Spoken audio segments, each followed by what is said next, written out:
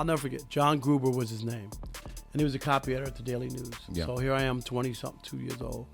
So he would attack me. Oh, this story's not good. You know, like, okay, make me feel not good or lack confidence or whatever. And so most young writers would run away from a guy like that, right? Yeah. Okay, I don't want to, that dude is not, he don't like me, he whatever, I'm going to run away from him.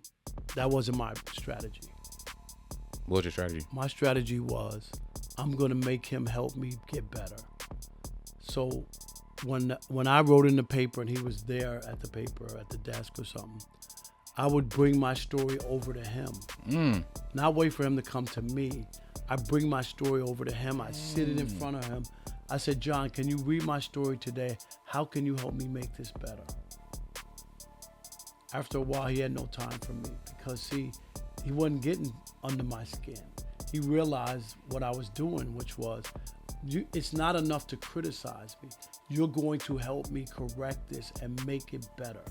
Welcome to the Hate to Lose podcast. I'm your host, Christian John Bradley, and here we talk to people who hate to lose more than they love to win. And today I have a very special guest, almost 40 years in the sports media industry, has had stops at ESPN on shows like First Take, has been on FS1 with Undisputed, and now is a co-host of The Odd Couple on Fox Sports Radio. Give it up for the one and only Rob Parker. Christian, what's up, my man? I appreciate it. Thanks for having me. Absolutely. All right, so let's jump right in. Talk to me about your upbringing. Born in Jamaica, Queens, in New York. Grew up, I was very fortunate. Grew up in a very nice neighborhood, middle-class neighborhood. We owned our own house. Our house really is 2 blocks away from where Babe Ruth actually lived when he played for the Yankees in the 20s. Jamaica, Queens, in this area. Everybody, no apartment buildings. Everybody owns their own home. It was really a great childhood. And then in my neighborhood, off of Sayers Avenue, I grew up with 10 other boys. Between 2 years separate the ages. So we had a baseball team called the Black Cats, and there was 11 of us. And we all live within 3 blocks off the same avenue, which is incredible to have that many kids growing up together and boys. And we had this baseball team.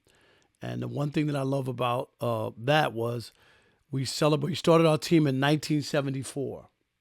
I was 10 years old. And all of us lived and were friends for 50 years. Wow. All 11 of us, growing up in New York in the 70s. Wow.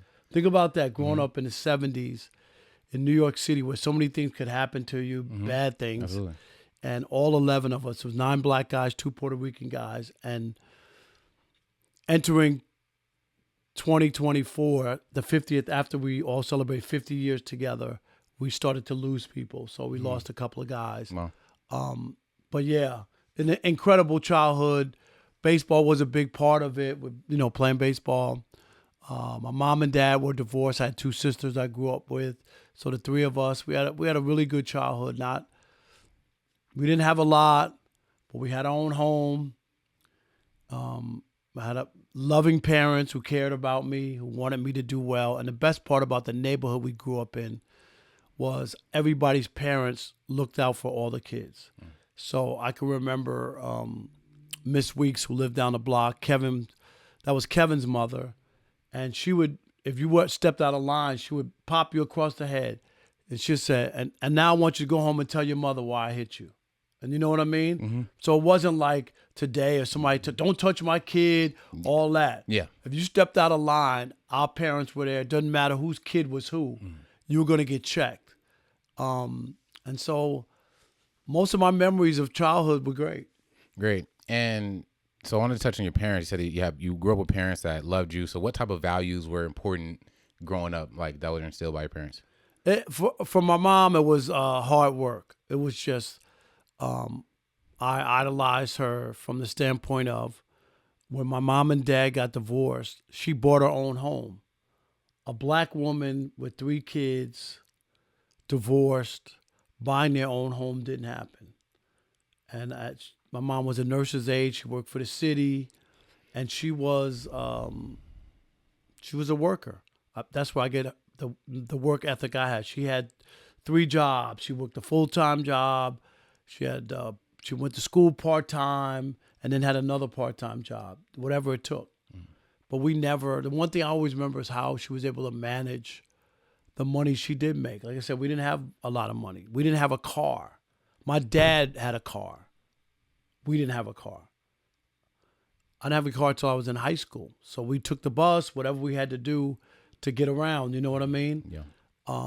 But she was never had a disappointing Christmas. Never, you know what I mean? Like she always planned everything. I always say this too, and I don't know how many people can really say it. Our lights were never turned off. Our heat was never turned off. We always had food to eat. Do you know what I mean? Yeah. And I don't know if everybody can say that when you come home and the lights aren't on because they couldn't pay the bill. Yeah. And I think that was really important to my mother to make sure the home, the family was always taken care of first before anything else. Got it. And that work ethic you saw in your mom, when did you first, like looking back on it, when did you first see that work ethic in yourself? The woman, Miss Weeks, I just told you about, Mm-hmm. she told me, I swear to you, I'll never forget it. I must have been, I don't know, 12, 14, somewhere like that. She said, Robert, you work too hard to be a kid. Can you imagine somebody telling you that? What does she mean? She just saw what I was doing and what I was involved in and, you know, and all the stuff. And she was just like, this kid is a worker. Like, wow, you know? And, you know, a lot of my friends, their parents, I didn't like it at the time. Why can't you be like Robert? You know what I mean? So I got that. My friends would get the brunt of that because I was always trying to achieve and do stuff. And I don't care what it was. I was going to make it happen and raise money to do this, do that, whatever it was. I was very, very ambitious all the way as a kid, just always wanting to do something more than I think was laid out for me. So how did that show up in school? And what type of things were you into, like in general? In school, I would say, I always say this, the turning point in my life was second grade, okay? I know. Second grade. Think about that.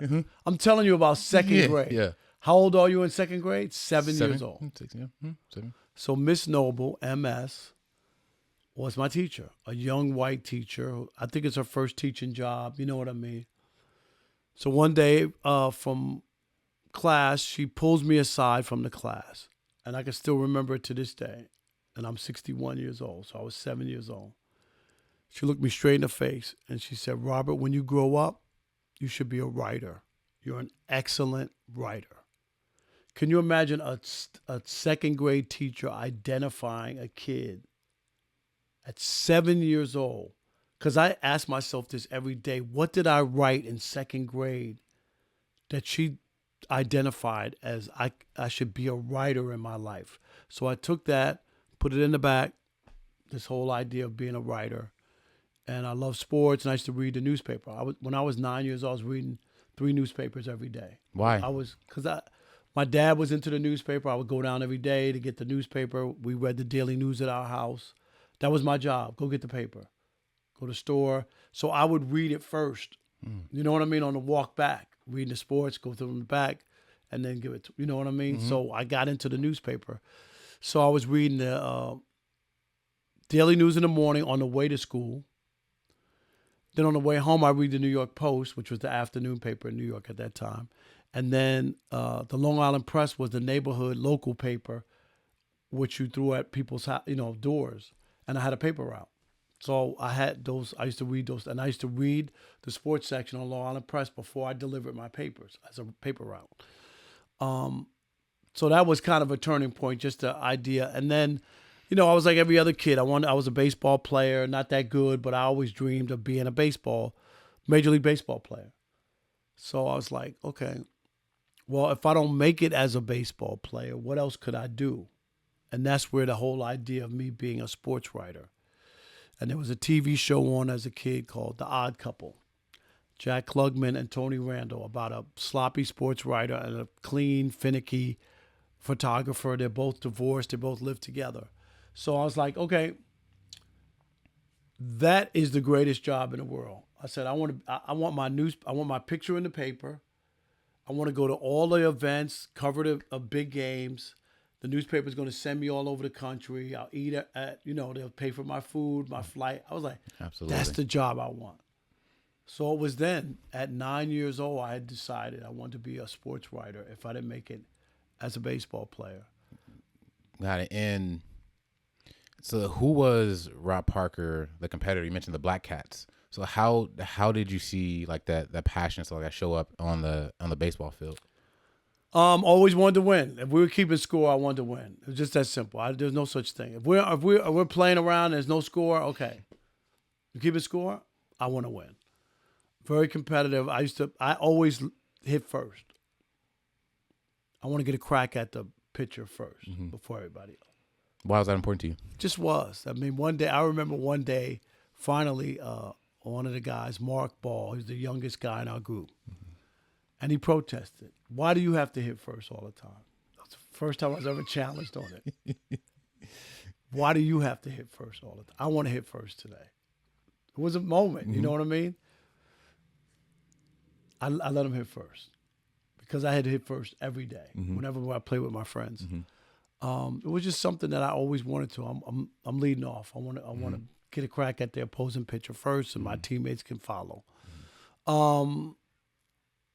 Yeah, it burns in me. I want to be the best at everything I'm doing. I don't care. That's just the nature in me. I'm not trying to cheat anybody or get an advantage by doing something illegal or not. I'm not that obsessed with it.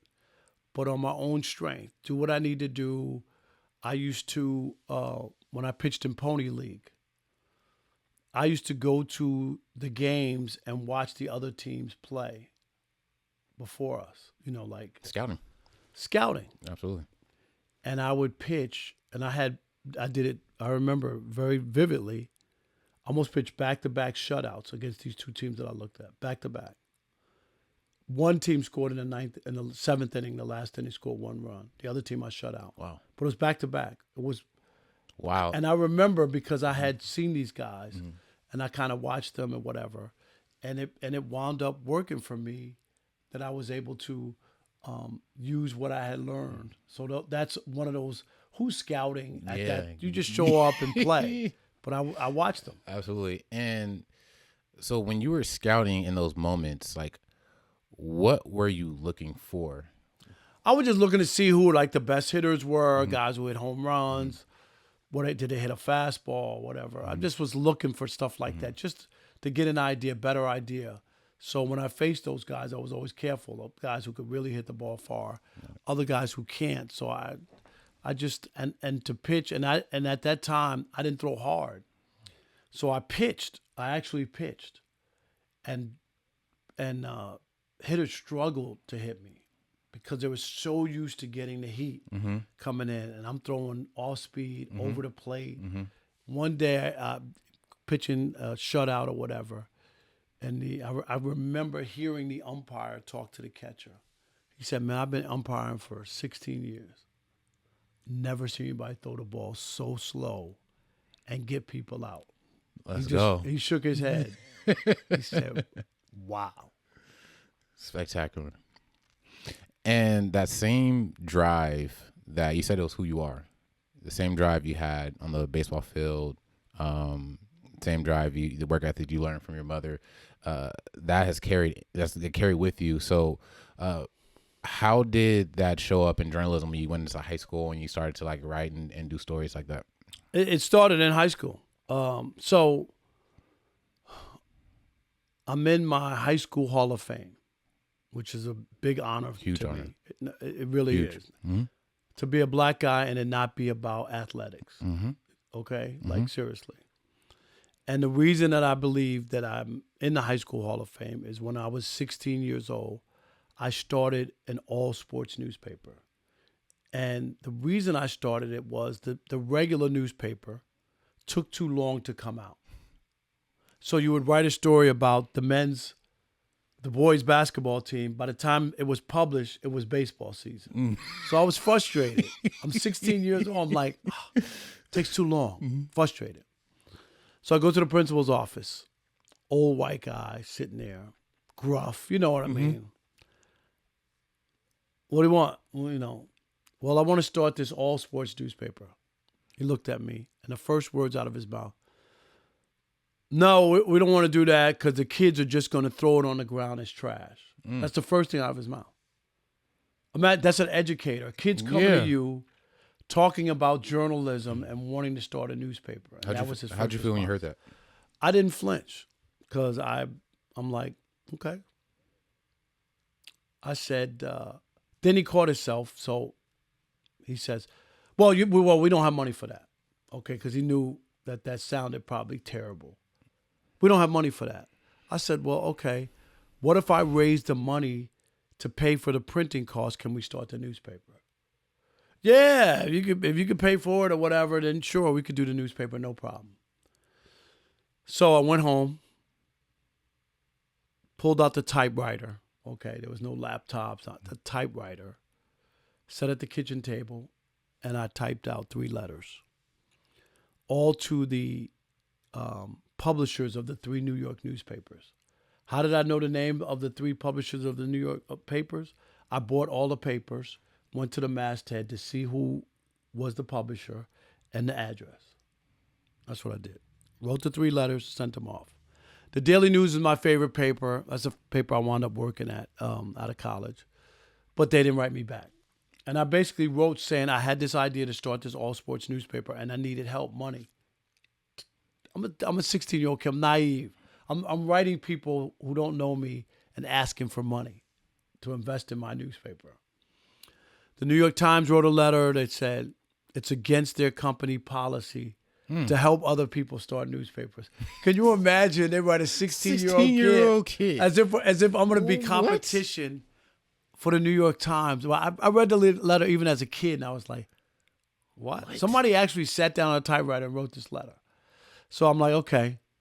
Then a couple of days later, the letter from the New York Post came. And, standard envelope, but it had the plastic window in it. I was like, this feels like a check. That's what I said to myself. This feels like a check. I can still see the return address, 210 South Street on it. That's how profound it was to me. 210 South Street. I'm like, wow, okay. Open it up. There's no letter or anything. There's a check for $50 to start my newspaper. Wow. Do you know who I wrote that letter to? Who? Rupert Murdoch, who, of course, runs Fox. And at that time, was the publisher of the New York Post. He was just a newspaper. He didn't have TV stations back then. He was just a newspaper publisher.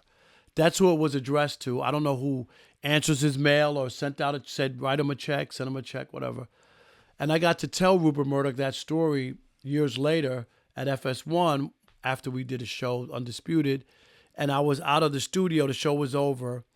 And somebody in the control room said, Rupert Murdoch's in the control room. And then in the studio. I'm like, oh my God, I got to go meet him. I never met him. And I went and told him the story. And he said, is that real? Is that real? I said, absolutely. So it was a moment for me. For sure. That I felt like I could achieve or do anything that I want.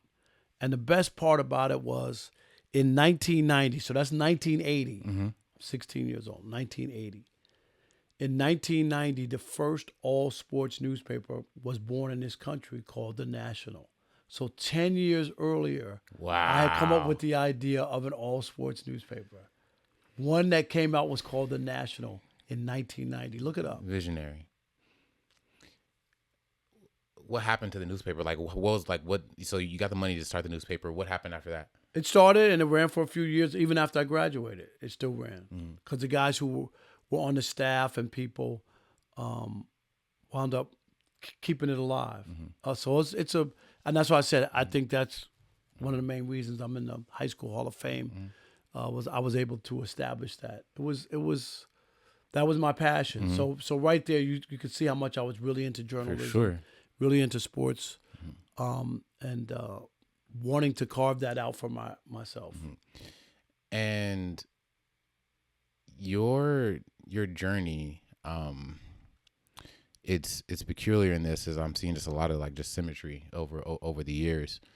And so when you talk about 16 years old, writing papers, writing about sports, how did you see your voice like forming in that time?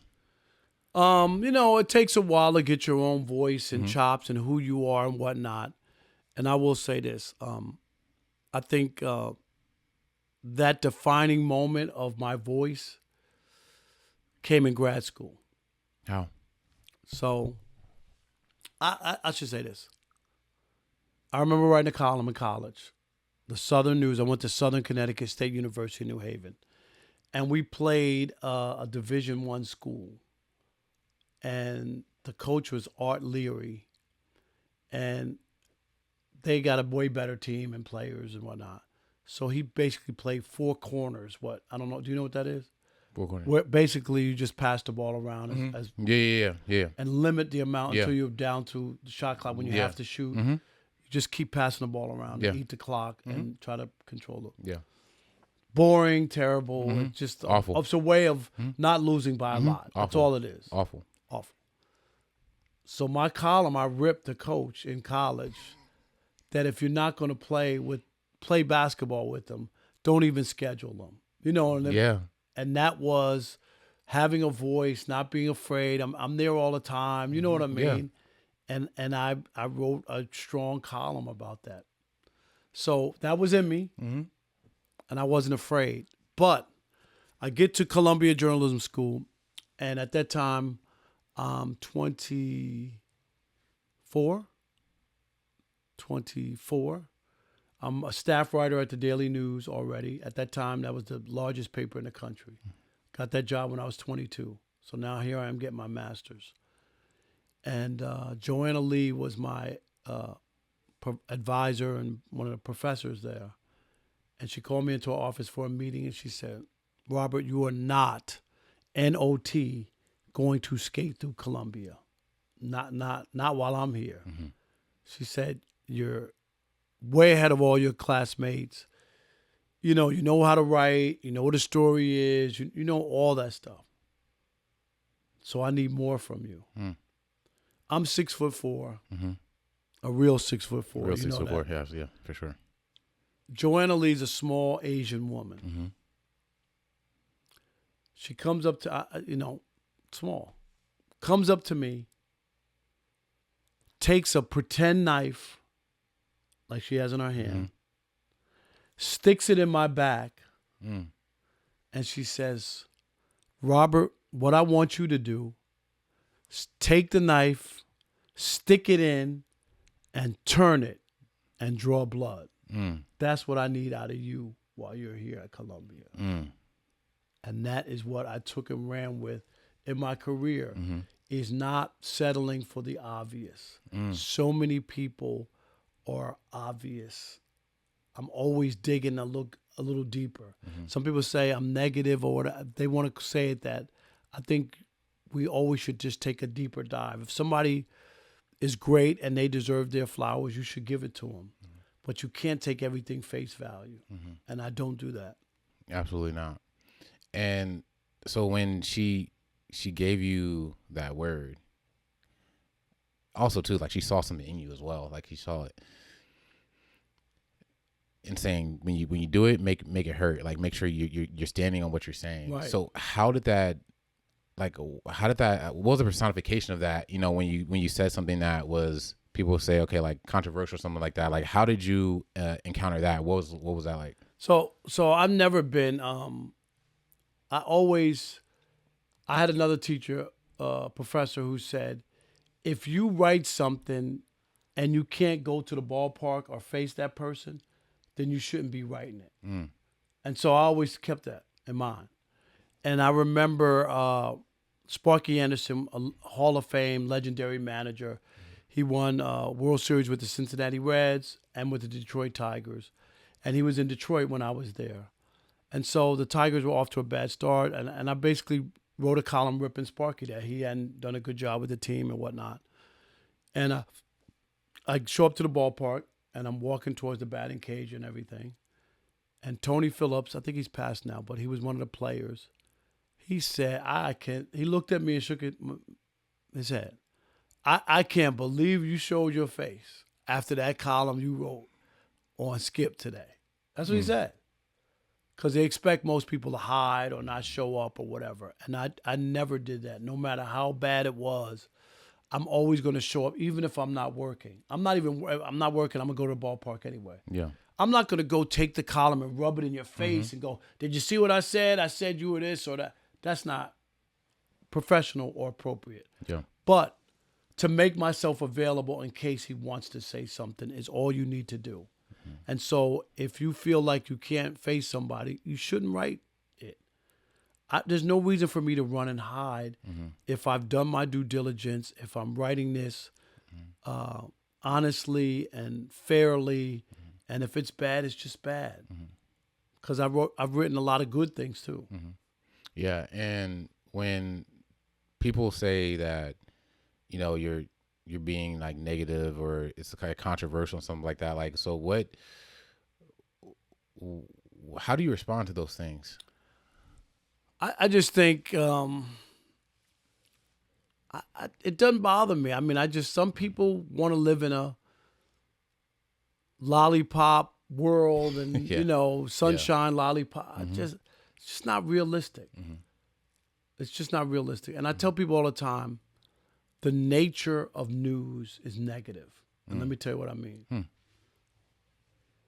When was the last time you read a story that every plane landed safely at LAX? Yeah. Okay, you've never read it. Okay, because one crashes, it's a big story. Yeah. Do you see what I'm saying? Absolutely.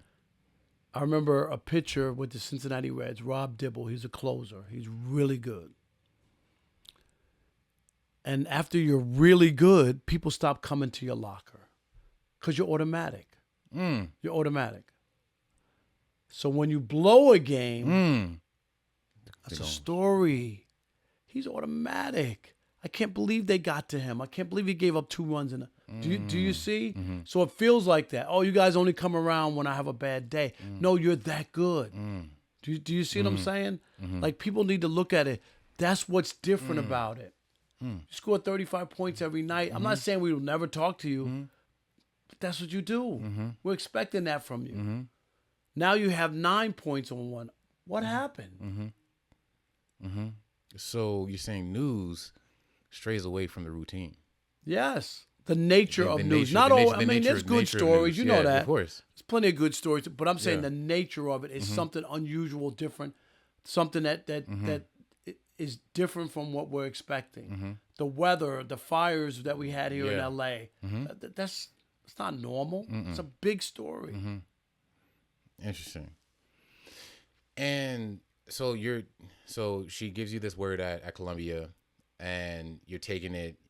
You're also the first Black sports columnist, Detroit Daily News. Nope, to Detroit Free Press. Detroit Free Press.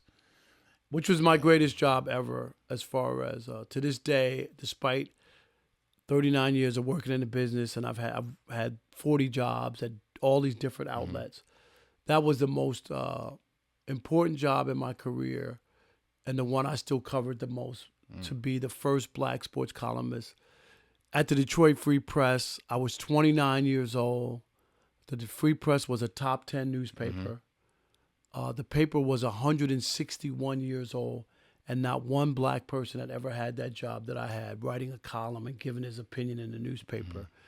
And the people of Detroit, I spoke for them. They embraced me, even though I was from New York. I'm not from there. And I remember the connection I had with the city. And the thing that always struck me was I would come home from covering games or covering events and walk through the airport, and people would yell out to me, "Rob, kill him." You know what I mean? Or, "Rob, that column was on point." That's great. You know, the Lions stink during those years, really bad years. And I just felt like I had a connection with the city and the people. And a big part of feeling like that, I think, was owning a barbershop. As you know, I own a barbershop in Detroit called Sporty Cuts on West 7 Mile Road. And I got to hear the average Joes talking about stuff in there. And I think that's what made me be able to connect. I wasn't one of these guys in the Ivy Tower. I'm living in some swank apartment downtown, and I'm away from the regular people who live in the city or whatever. Yeah. The barbershop is that everybody comes together and you get to hear what people are thinking about, what's going on in the world, what's happening. Yeah. And it's the best. It goes hand in hand. So the barbershop was really influential in me being able to represent the city of Detroit. All right. And what were your like journalistic goals at that time of doing it? Only thing I wanted to be a columnist. The job that was it. The job that I got. That was, I wanted to be Oscar Madison from The Odd Couple. I wanted to have my picture in the paper underneath my column. Wow. That was it. Yeah. Wow. And I got it at 29. I got hired at the Daily News, the biggest paper in the country, at 22. I got out of school. I graduated early. Got out of school in December. Got my first job in Wilkes-Barre, Pennsylvania. 10 days later, January 6th, started. And 5 months later, I was at the Daily News in New York. Wow. Okay? And I remember when I applied for Columbia, there were people at the paper saying, "What are you going to school for? You're already here. You're at the biggest paper in the country. Why would you go to school?" I had more. I wasn't like, "Oh, I made it. I'm 22. No. The reason I left New York, that's my hometown. I was covering the Knicks. My friends thought I was crazy. Oh my, what are you doing? You're leaving New York to go to Cincinnati to cover base? They thought I was crazy. It's not crazy. Bigger dreams, bigger plans. The biggest job in a newspaper, other than a columnist, was a baseball writer. Made the most money, traveled around. I love baseball. I was like, oh no, this is all my friends. Back then, I'm going to be real. When I was covering the NBA in the 80s, 87, 88, 89, like that, it was considered in the newspaper business like the ghetto beat. If you were at a newspaper in the United States during that time, in the sports department, you covered the NBA, high schools or the NBA. All the black, oh yeah. When Michael Jordan came, then everybody wanted to cover the NBA. It wasn't always that way. Wow.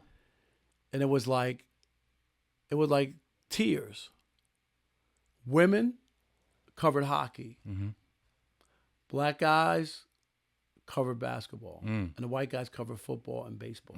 And were the columnists. So those were the least desirable job was the NHL, NBA, and then so on. So I was like, no, I want to. So I have friends in the business, covered the NBA. They stuck around, whatever. They never got a chance to be columnists. And I understand why I was able to become a columnist. Why? Because I was more well-rounded. And that's what I try to teach to my students, at USC. Yeah. The more you know, the more valuable. So when I go to the Free Press for the interview, they know already I'm covering baseball, so they know I know baseball. They know I know the NBA because I covered the NBA. And they know I know football. What they don't know is that I grew up as a New York Islanders fan, and I also knew hockey. I'm not an expert, but I know the game. I used to have, when I was married, I had season tickets. Me and my wife would go to, 8 games a year to the Islanders. But when I sat down at that interview and I was able to tell them not who, and the Islanders, when I was in high school, they won 4 straight Stanley Cups. They were a great team. So I knew all the players. I used to watch all the games, everything. Back then, you didn't have all these channels. So Channel 9 was the sports channel in New York. So whatever game came on, I watched. If the Islanders came on, I watched the game. If the Rangers came on, I watched the game. If the Nets came on, I watched the game. If the Knicks came, that was it.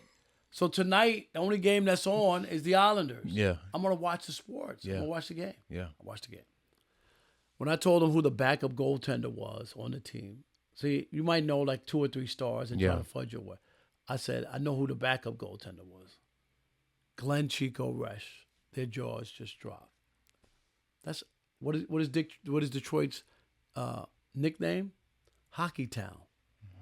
So they can't hire a black columnist who A, doesn't know hockey, it's hockey town, and B, doesn't know baseball. The Tigers are a charter member of the American League. I checked those two boxes. That's why I got hired.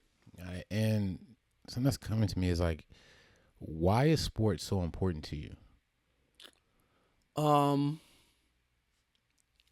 I think it's I still think it's the only place where people can't manipulate the system against you.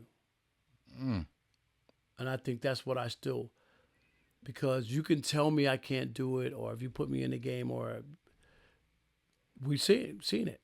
1947, Jackie Robinson, blacks, no, we don't want you to play in the game, or whatever. Go look at the record books now. Black people are all over the baseball. We can play baseball. And so look at the teams. The teams are made up of the best players. The field determines who gets to play. Meritocracy at its best. It ain't Jerry Jones and he's hiring white guys who can't play. That's no. The best players get to play. And I think you don't always have that in the rest of the world, the business world, all these other situations where people are making calls on you and dictating what your life is and shouldn't be and all that kind of stuff. Not based on your talent, but just based on their own bias of what you should be or the box you should be in. I think that's what makes sports great. And you're also we're also seeing that being crushed by LeBron and like just the like nepotism with all that. But but that's why I thought it was the worst move ever. I mean, for real. And it has nothing to do with Bronny. Anybody. Because if you open up that can of worms, then you can have owners who say, it's only the 14th spot on the roster, 15th. I could put my kid on there. He could be the 15th man, and he could, you know what I mean, just practice hard. And you know this as a former athlete. Yeah. People who are in that locker room, people know who deserves to be in there. Earn it.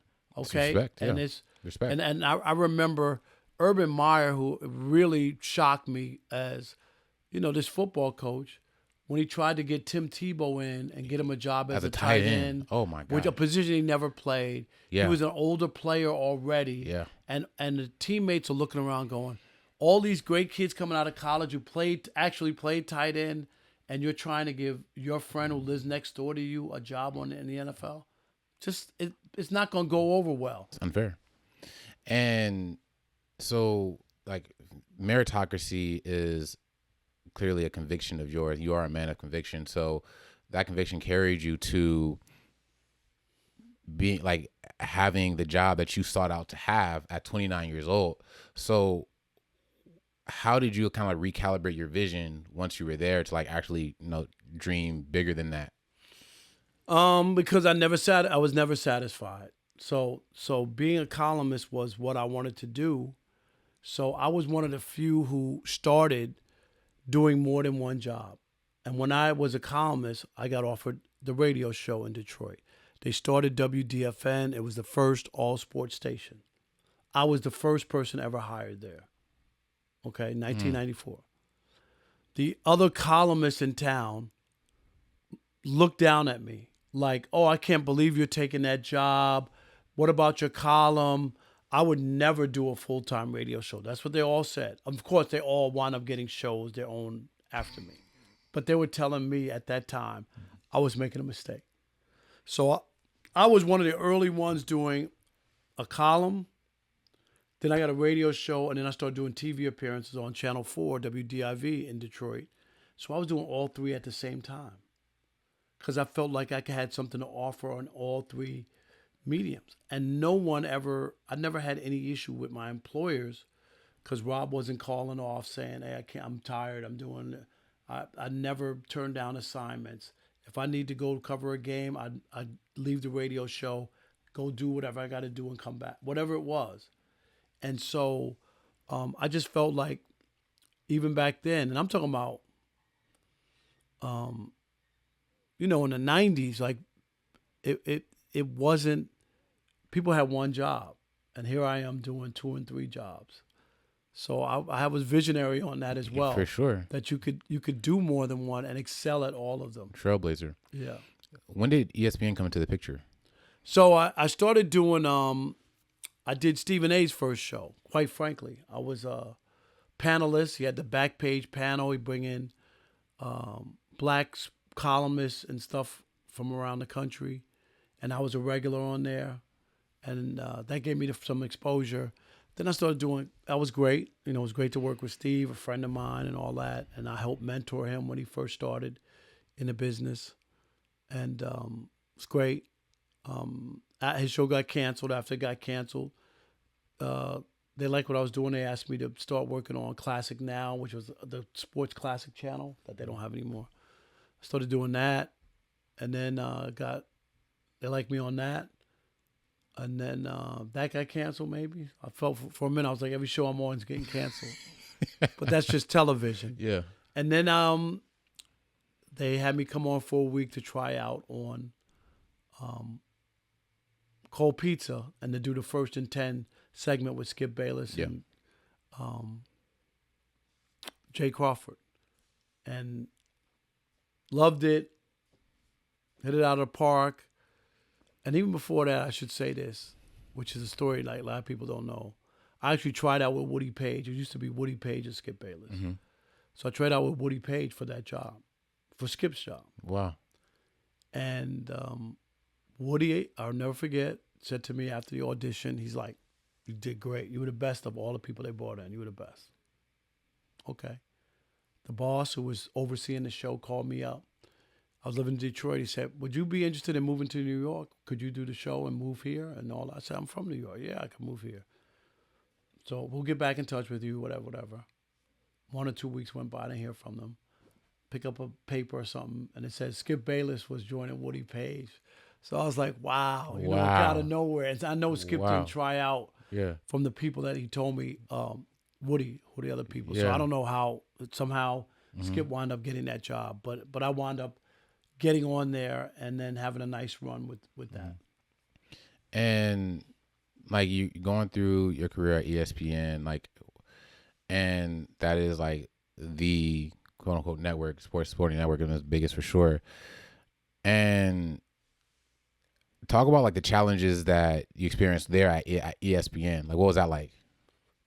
For me, it was great. I loved every day of it except one. You know, What was that? That was the RG3 day. Mm-hmm. I mean, just because of what went down and what wound up happening. I had never been called in the principal's office, never been in trouble. Never, you know, you're doing a live debate show for 2 hours every day. I did it for 8 years, 6 years. So, you know what I mean? It was just so out of the ordinary for me, like for that to blow up as big as it did. I was shocked by the response.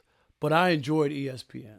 I didn't have any bad days there. I loved the energy and being able to talk sports and have your opinion heard, and it really was great. But I always told people, and then after they didn't renew my contract or whatever, people thought I was going to die, roll into a ball, and die somewhere. And I'm like, no, I'm not. ESPN, I'm not here because of ESPN. ESPN is a vehicle that I worked on, but that's not who I am. So it didn't hit me like that. Disappointing, sure, at first, but I know what I had something to offer. There's always room for you when you have something, for people who have something to offer, no matter what the circumstance is. The reason certain people keep getting opportunities and other people have one shot and that's it, because they don't have anything else to offer. People have gone through trials and tribulations. People have worked many places. And if you have something to offer, there's a place for you. So then you said something that being at ESPN didn't define you. For many journalists, it does. So how did you not allow a platform that large to define who you were? Because I never bought into that. Why? Because I was a sports writer who just happened to be on TV. That wasn't my dream. So I enjoyed every minute of it, But I wasn't like, oh, this is who I am. Oh my God, I'm on national TV. Bow down to me.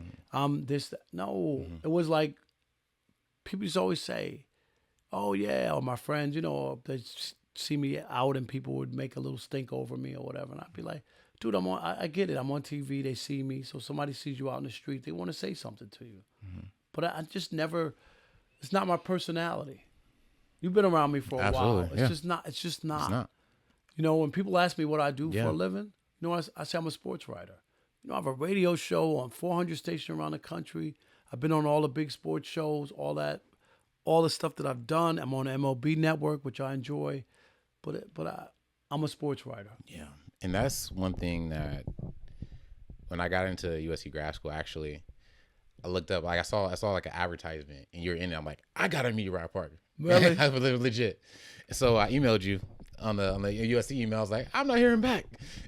and then like we're walking on campus one day and only I because see I don't read. Use it, yeah. Yeah, I don't use it. it. So like I was saying that because I'm like, then we meet and we automatically start debate. We're talking about Tom Brady that day. He's the low, not to go, the luckiest of all time. I was like, this is ridiculous.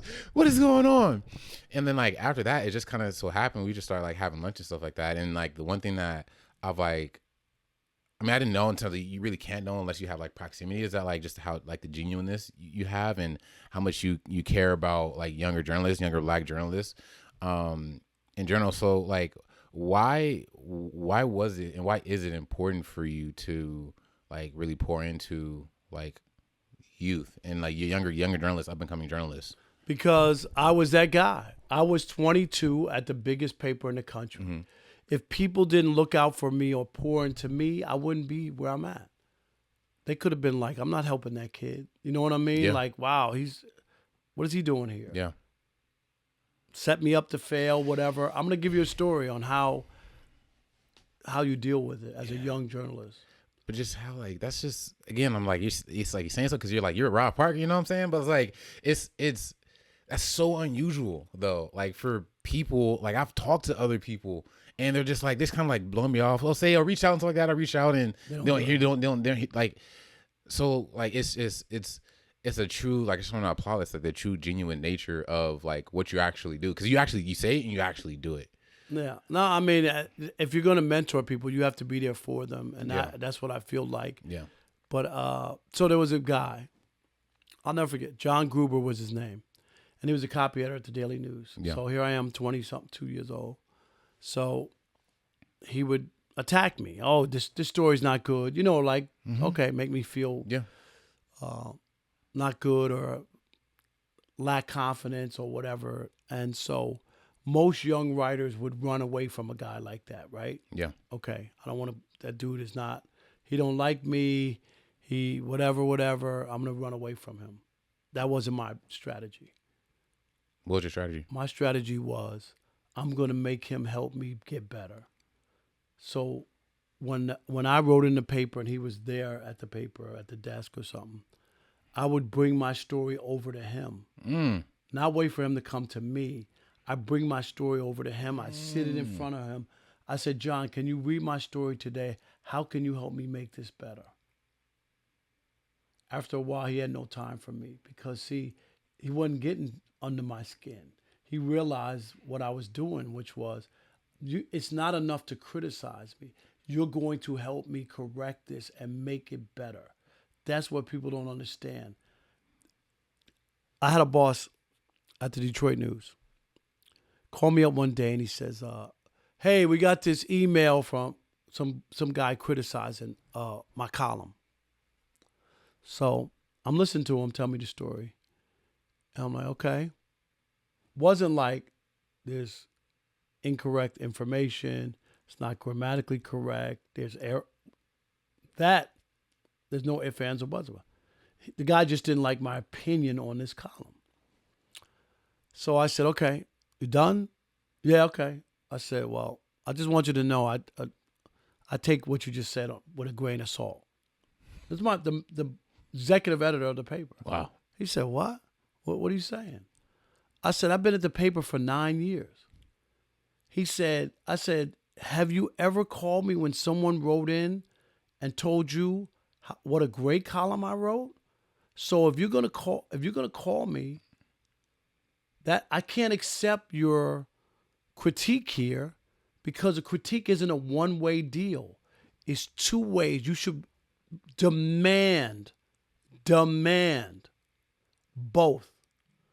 If that guy would have called me 2 or 3 times in the past and said, wow, you just got all this great feedback on this column, I love it. Those are good bosses. I have a great boss at Fox Sports Radio, Scott Shapiro. He listens to the show, good, bad, and different. But one day he texts me during the show, and the text says, "Cut it out." So I'm like, what did I say? Like, I was trying to think to myself, for sure. So I'm like, what did I say? Texted back. The show's going on. He said, I'm in my driveway. I'm laughing so hard that I don't want to get out of the car and turn the radio off. That's great. It's the greatest thing you could ever get from a boss. And that's all I'm saying. Not that I can't be criticized, but you also have to tell people when they do a job well, not just when something goes wrong. That's too easy. Yeah. Don't accept that from people. And that guy that was going at you in the paper, John Gruber. The fact that it stopped tells me, after you started to embrace it, tells me it wasn't really about that in the first place. No, and that's 100%. Because then he was too busy. Yeah. I'll come over and he go, come on, I got too much to do. He was trying to break you. Yeah, trying to break me. It's 22. He saw me. He's like, what are you doing here? What are you doing here? Mm. When I went to Cincinnati, I didn't even tell you. Cincinnati. When I left New York and went to Cincinnati, I was the highest paid reporter at the entire paper. So there's a story that I still have the clip of the story that was written in a trade magazine where they had like a salary survey, and it would tell you what your initial salary was and what you made last year. So you could tell who's new because I didn't have a last year's salary. Yeah. So that means that's Rob's salary because he's new. The union boss said that people were coming around asking questions, whatever. And he said the gist of the conversation was, how can you pay somebody black that much money? This is not 1955. It's 1991. How can you pay somebody, not whether I'm good or not whether I worked in New York at the biggest paper in the country. How can you pay somebody black that much money? So with all these experiences, did you feel like you had something to prove? Not to other people. To me. That I can do the work. I can do anything that's thrown at me in a circumstance if I need to do it. I can remember Channel 4 in Detroit sending me to cover the Yankees-Tigers playoff game and asked me to do a live shot out in front of Yankee Stadium. At that point, I'm not trained to do television. I did it. What? You want me to do it? Okay, I'll do it. What was that like? What was that like, leading up to doing that bit? I knew what I was talking about. So the biggest thing was just act like like you're talking on the radio, just that you're looking into a camera. That's the only difference. Talk what you talk. No, you know what I mean? Yeah. Express what you know. Got it. So no, it was always about me and setting a standard for myself and the other stuff that comes with it, the accolades and other stuff that people admire about your work or whatever. That always comes. And the one thing I always said is, one thing people can never say about me is I'm not a hard worker. I'm a hard worker. And I'll never forget, too, when I was in New York, Chuck Slater was the assistant sports editor. And somebody was calling, because when I was, looking to hire me, because at that point I was doing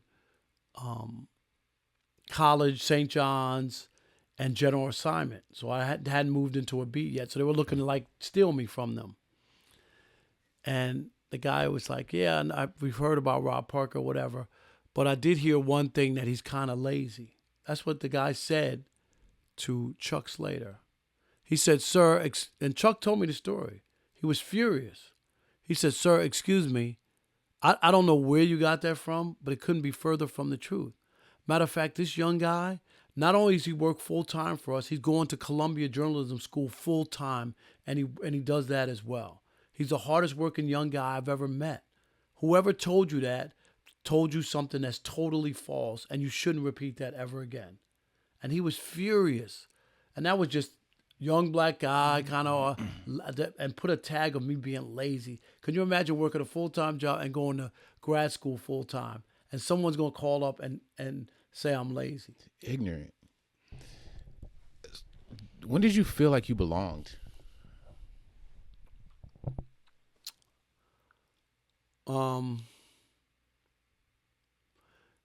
At the end of when I got hired at the Daily News, Jim Wilsey was the one who hired me, the managing editor. And he had confidence in me from day one. But I still remember the day that they hired me, and he said, he had a beard, gruff. He said, you got 6 months to prove yourself. That's the probation period. If you don't do well in 6 months, we're going to let you go. I'm straight up. No ifs, ands, or buts. That's how it works here. He said, but I don't doubt at all that you'll excel and you'll do well, whatever. So my 6-month anniversary comes up.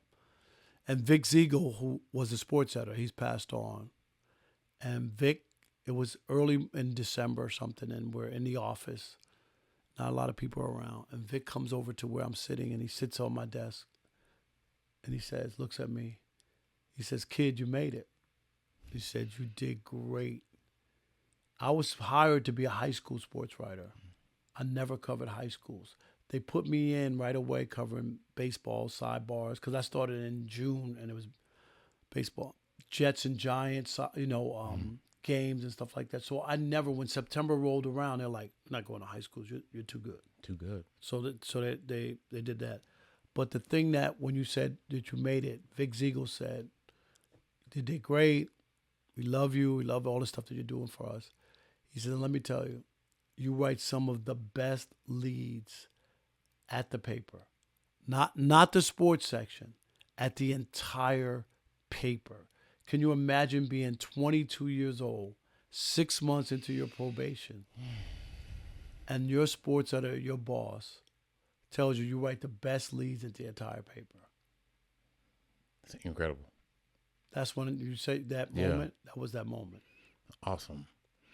And of course, that's a huge confidence builder. You experienced a lot of like challenges, but also like you rose and you kept the conviction that you had. And so after ESPN didn't renew your contract, what was the process and the journey like to FS1 and Fox Sports? Well, first I was still working in Detroit, and my boss at the TV station, she called me up. So the news comes out, they're not renewing my contract, and the boss calls me, like literally, I don't know, 5 minutes after ESPN called me and said they weren't going to renew, like literally, it couldn't have been more than 10 minutes, 20, wow. Seriously, that quick. She said, you were with us before you went to ESPN, and you're still with us. Come in next week, and we'll sign you to a new deal. Awesome. We want you to be who you are and don't ever change. It's the ultimate. It's the ultimate. I didn't even have a moment to crash. Awesome. There was no moment. For her to call me at that point did everything that I needed. What did that mean to you when you had like so much, at that point, a lot of negative press around? Yeah, it just was reassuring. And sure. I wound up working at Channel 4 for 20 years. Mm-hmm. And they were good to me, and they valued my work and what I did for them. But it was really important for her to reach out and call me. She could have called out and said, "Hey, we're letting you go too. You know, we heard what happened at ESPN." She could have said that. Go. No. Dang. And so then you're on. I remember watching one of the Undisputeds, and like they'll, give a spiel on Tom Brady or whatever the topic was, and you'll say, "No way, No way, no how. No way, no how. Where did that come from? You know what? It actually was on my radio show in Detroit, Parker and the Man. I did that for 10 years with my partner, Mark Wilson. And I actually misquoted The Wizard of Oz. And that's how I thought, you remember Dorothy and them, they get to the Emerald City. Yeah. And they knock on the door and they try to get in. Yeah. And they're trying to get in. And I thought he said, no way, no how. And he said, not nobody, not no how. That's what he said. I said, no way, no how. And it caught on. So it was a misquote. That's incredible. That's what it was. That's incredible. Not nobody, not no how. Yeah. That's what he said. And I said, no way, no how. And it took off. Like some of the stuff that I've said, that you hear on Sports Talk TV all the time, poo-pooing something. Yeah. I started saying that on television. Yeah. I worked at a Jewish shoe store in high school called Stride Right at the Queen Center Mall, and most of the employees were Jewish, and they used to use that term. Oh, don't poo-poo that, whatever, and that's why I picked that up. So that was one of mine, and people do, they've used like when I hear somebody else say it, I laugh at it. You gotta pay you 10 cents every time you hear it. Nobody, I should have a T-shirt. Legit. All right, as we land this plane. You mentioned how impactful you watching the show Odd Couple was for you. And then you end up co-hosting a show called Odd Couple. How did that happen? Because it makes sense. It all connects together. This is my second Odd Couple show. I had one in Detroit with Mike Stone when I first had my first radio show. Yeah. And I was like, it just works. For me and Stoney, it was... Can a sports writer and a sports fan share a radio show? For me and Chris Broussard and Kelvin, it's like just opposite, me and Chris are opposite, you know, and me and Kelvin are different. I'm a lot older than him. He's married. I'm divorced. He has kids. I have no kids. So it is an Odd Couple thing kind of going. But it just feels natural. Like it really does.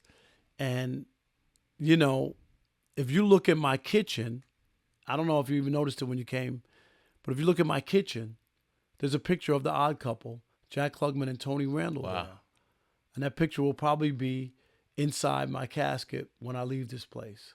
It defines me as far as it's a part of, it connected with me so much. I watched that show and I said, that's me right there. That's what I want to be. That's what you are. So I went from wanting to be a sports writer. I wanted to be Oscar Madison. And that is odd in the sense of it's unique. Like your journey, your entire journey is unique. And you mentioned the incredible compliment you got that you have the best leads in the entire paper. When I was writing for USC, you told me one thing. You said, make sure you always wrap your stories in a bow. And a bow at the end. So bow at the end.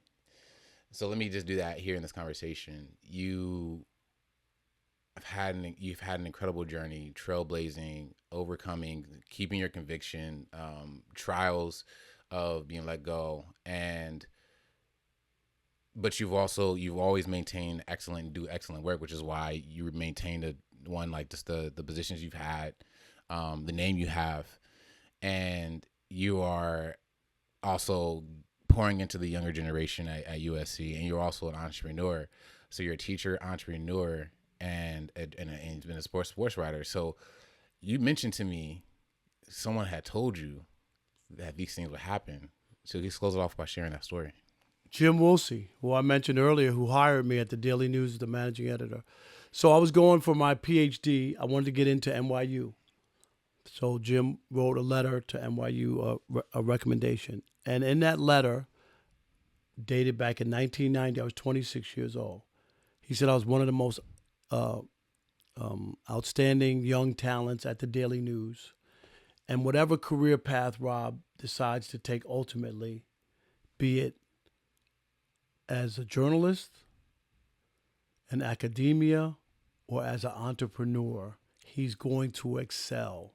So at 26 years old, this man looked at me, evaluated what I brought to the table, and exactly named the 3 things that I have done my entire life, which is be a journalist, be in academia and mentoring, as you know, and of course, being an entrepreneur. On a barbershop, at a hot dog restaurant, I had a sports bar in downtown Detroit, started an all sports newspaper in high school, MLBbro.com, a website that covers black baseball players, the first all-black sports talk radio station in the country, the Black Sports Writers Hall of Fame at North Carolina A&T. I'm very proud of all those things, but that is who I am. All 3 of those, not one, all 3 of those. And Jim Wilsey nailed it when I was 26 years old. Wow. So you mentioned all the accolades, everything that you are, in academia, business, and a journalist, but you're also still the same person that you were in terms of always dreaming and still striving. So as we close this plane, land this plane, what are you dreaming for now, and what's next for you? I'm still always looking for bigger and better stuff. I want to solidify these things that I've started. I have a dream of building, in my final years in the business, a media company that would be able to employ people that look like us in journalism and give opportunities at a bigger scale. So that's my last part, is that I would like to leave that behind, and a place where we can work and we can be journalists and we can be podcasters and have radio shows and do TV shows, and a company that's built for us, by us. Incredible. And it's such an honor to talk to you. You know, this is an amazing conversation. If I were to sum up your entire journey from where you are to where you were to where you are, there's no way, no how. There it is. You got it right. Let's go. You got it right. All right. From the Hate to Lose podcast, I'm your host, Christian John Bradley. We'll see you next week.